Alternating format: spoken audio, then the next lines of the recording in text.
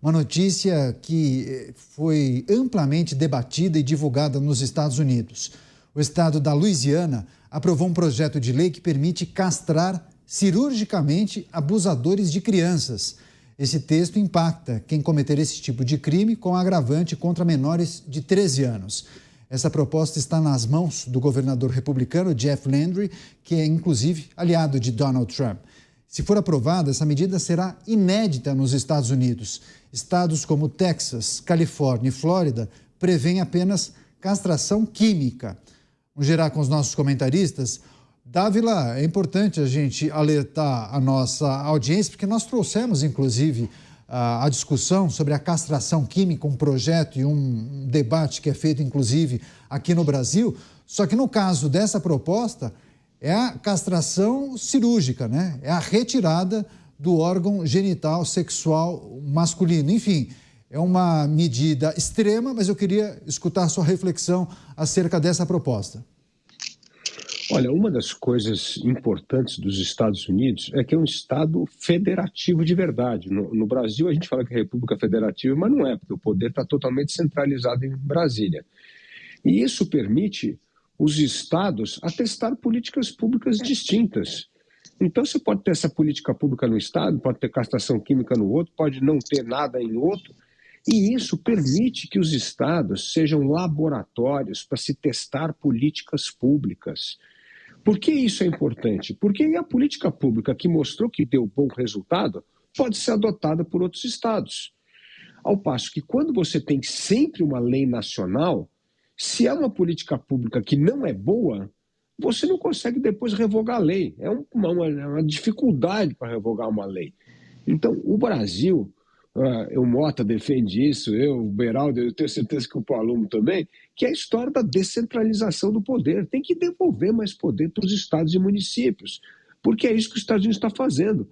Está permitindo que os estados testem legislações diferentes, e isso nós vamos ver a consequência. Política pública, a gente precisa saber se aquela medida foi tomada, qual é o resultado, se reduziu drasticamente ou não o crime. É isso que a gente precisa saber. Mas, para isso, dê autonomia aos estados. O que achou desse projeto que está em discussão lá no estado da Louisiana, Mota? Possibilidade de remoção física dos órgãos reprodutores dos estupradores e abusadores de crianças. Eu não sou a favor dessa medida, Canhoto. Eu acho que isso é dar poder demais ao Estado. E o Estado, como a gente sabe, erra. Quando você prende alguém e descobre que foi cometido um erro no processo, você solta a pessoa. Mas quando você aplica a pena de morte a uma pena como essa, depois descobre que aconteceu um erro no processo ou que alguma coisa não ocorreu como deveria, não há como remediar. Eu prefiro a opção de cadeia por toda a vida, ou como se diz em português, prisão perpétua. Na minha opinião, essa deveria ser a penalidade para quem abusa de crianças, porque o que faz alguém abusar de uma criança não é libido, não é hormônio. Esse crime não é uma questão hormonal, essa é uma questão de escolha, e essa escolha deveria ser paga com a perda permanente da liberdade. Você, delegado Palumbo, que a gente precisa considerar em relação a esse debate, uma medida extrema, trata de um crime terrível, mas também gostaríamos de escutar sua reflexão, por favor. Realmente é uma medida extrema, mas do meu ponto de vista é uma medida justa. Isso é um crime horroroso, hediondo, né? Não é aceito nem na população carcerária. Aqui em São Paulo, esses presos têm que ficar no seguro, eles não podem nem tomar banho de sol, eles ficam amarelo, porque não querem tomar sol porque sabem que vão morrer. Ninguém aceita esse tipo de crime. Pedofilia é um crime terrível. Tem pessoas doentes, mas que devem ficar na cadeia, que querem fazer sexo com bebês. Se eles entram em grupo, eles aliciam, eles sequestram para fins libidinosos. Então, eu sou favorável à tolerância zero. Um indivíduo dele, eu queria muito que isso aí viesse para o Brasil, mas não vai vir. Aqui aqui eles não vão aceitar isso em hipótese nenhuma. Tem a castração química, mas tem que ser voluntária. E como o Mota, acho que foi o Mota que falou outro dia, olha, ele aceita, mas depois ele vai no outro médico e desfaz o que foi feito. né? Então, eu sou favorável a esses bandidos pedófilos apodrecer na cadeia e fiquei feliz aí com essa notícia. Deixa eu só trazer uma informação adicional nessa reflexão dos nossos comentaristas, porque, de acordo com esse projeto aprovado, os juízes do estado da Louisiana poderão ordenar que esses criminosos que violaram, abusaram de menores de 13 anos sejam submetidos a esse procedimento extremo. Além disso, antes que possa ser executada a ordem de castração cirúrgica, um médico designado pelo tribunal deverá confirmar que o réu é um candidato adequado para a cirurgia. Esse passo busca, pelo menos, garantir que a decisão seja tomada com um fundamento médico sólido, evitando, assim, abusos desta prática penal. Enfim, esse é um ponto que a gente precisa considerar também. Agora, tem o dispositivo que trata da castração química, inclusive uma medida nova aqui no Brasil, mas que foi aprovada na semana passada pela CCJ da Câmara Federal, viu, Dávila? Nós trouxemos a notícia há alguns dias, debatemos aqui com os nossos comentaristas, salvo engano, acho que você não estava aqui com a gente, mas é um momento bom para a gente também refletir sobre esse outro dispositivo, que naturalmente ele é reversível. Por meio de injeções, creio eu, você reduz praticamente a zero a libido daquele cidadão. Dávila.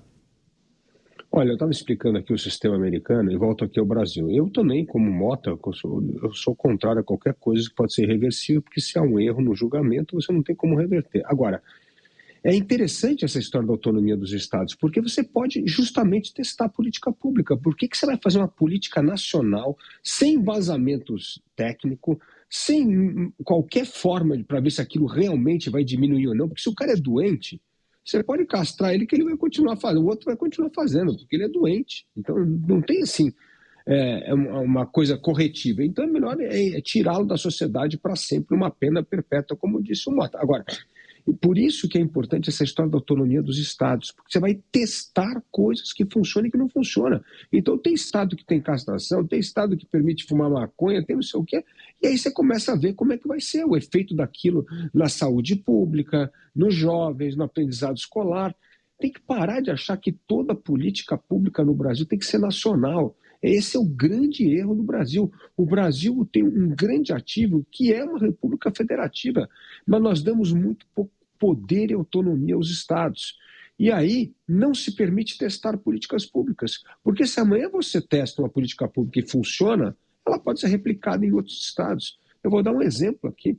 Política de educação, quando um estado faz uma coisa certa, os outros copiam. Por quê? Porque funcionou. E tem lá base, dados. Então, a gente tem que aproveitar o federalismo no Brasil para transformar estado e município em laboratório para testar política pública em vez de nacionalizar tudo, sem base nenhuma, para saber se aquilo dá certo ou não, ou se aquilo vai trazer o resultado esperado para a sociedade.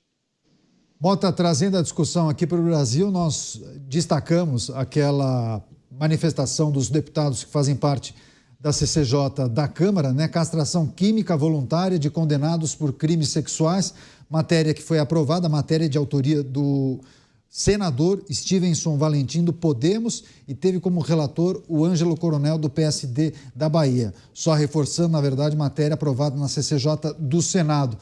Mota, o que você diria para as pessoas que acompanham esse debate agora em relação a essa possibilidade de instituir a castração química aqui no Brasil?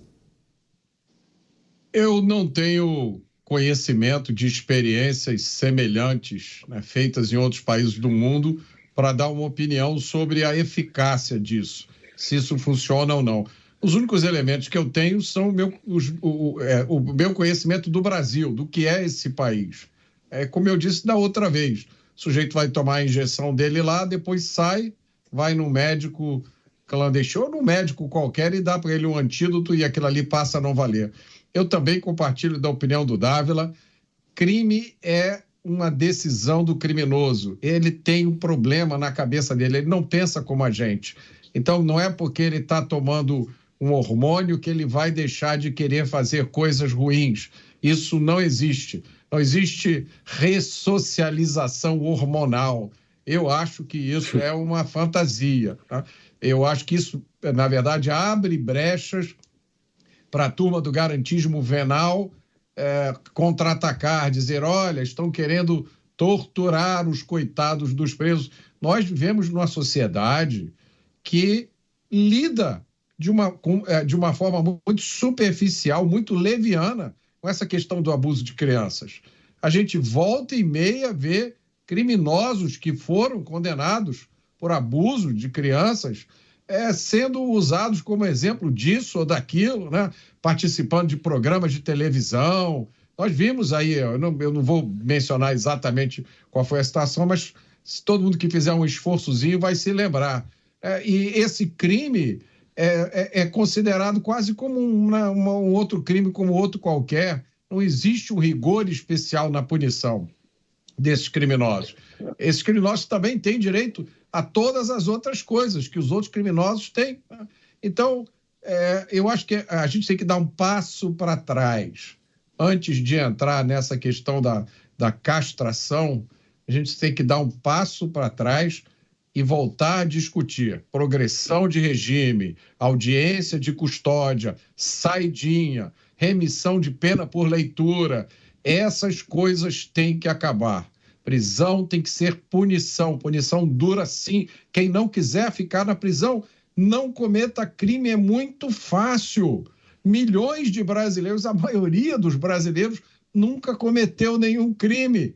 Por que nós vamos ter pena do pequena minoria que comete crimes e depois comete outros e outros e outros? Eu estava falando hoje com um amigo meu, trabalha aqui no governo do estado do Rio, no atendimento às pessoas que estão na rua, e me contando da surpresa hoje ou ontem, ele encontrou uma pessoa que estava na rua e ele foi lá fazer o papel dele e ele descobriu que aquela pessoa já tinha sido presa 29 vezes, meu amigo. 29 vezes. É isso que a gente tem que discutir. O Dávila pediu a palavra, né, Dávila? Não, só para falar uma coisa, nos Estados Unidos a pena de morte é decidida nos estados, não é uma política federal. E todos os estudos mostram que não tem nenhuma correlação entre redução de crimes hediondos, que a pessoa é condenada à morte, em estado que tem pena de morte e que não tem. Então, está aí a prova de que você testou políticas públicas em algum lugar, reduziu drasticamente o número de crimes hediondos que levaram as pessoas para o corredor da morte ou não. Não tem nenhuma correlação. Então, isso na política pública, a gente tem que ter números, tem que ter fatos. Se não tiver dado e evidência, é tudo um achismo. Então, veja só que penas necessariamente duras nesse sentido não é que reduz o crime, é muito mais que tem a ver com a natureza do criminoso, como bem disse o Mota. Agora, o que o Mota trouxe aqui, e para mim isso sim é muito importante, como melhorar as penas, a atuação da polícia, o poder judiciário, a questão prisional, para que aqueles criminosos efetivamente cumpram integralmente a pena. Pois é, inclusive, só trazendo a informação para a nossa audiência, esse caso específico do estado da Louisiana será decidido pelo governador Jeff Landry nos próximos dias. Enfim, trata-se de uma lei controversa, mas a gente vai seguir acompanhando e monitorando. Quer fechar você, delegado Palombo, por favor? Não, eu concordo com o Mota no tocante ao livre-arbítrio. O preso cometeu o crime porque ele quis. Condição social não é motivo para ir para o crime. E a gente tem que lembrar também que o ato libidinoso, o atentado contra as mulheres, contra bebês, crianças, pedofilia, pode ser feito não só com os órgãos genitais, pode ser feito com a boca, com as mãos. A gente tem que levar isso em consideração também. Por isso que eu concordei com o Mota, que talvez isso não resolva o problema. Eu não tinha pensado nessa hipótese deles fazerem os atos sexuais usando as mãos ou a língua. Pois é, inclusive várias pessoas aqui da nossa audiência lembrando que muitos dos abusos que acontecem contra crianças ocorrem dentro das casas delas, que é uma situação extremamente complicada. Bem,